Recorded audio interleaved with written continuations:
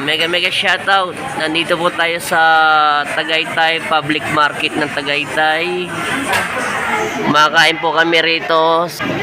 Nag-try po kami ng bulalo. Ayun po, nandiyan po kami sa public market. Nandito, nandoon. Tapos umikot kami rito ng konti. Ayan na po lahat. Nagkakainan sila. Nandun sa dulong-dulo. Ayan.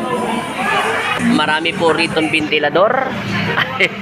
Pero nasa Tagaytay na kami. Kumakain kami ngayon. Pauwi na kami. Ayan na po. Itur po kayo. Ayan na po yung public market nila. Nasa taas lang po kami ngayon. Bilihan na mga sasakyan. Hanggang doon sa dulo.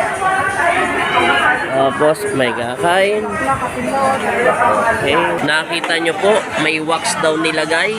Tapos nilagay ang bulalo. Antayin nyo lang. Ito na po ang lahat. May libreng kape. Pag pumunta kayo sa Tagaytay Public Market, may libreng kape.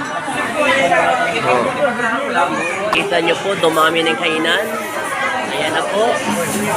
Nagkaramihan na ng tao. Papaitan, ilapag dito.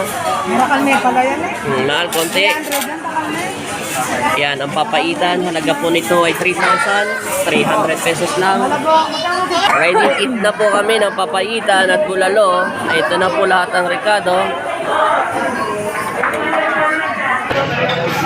Nalayas na po kami. Paalam na. Ka na mahal.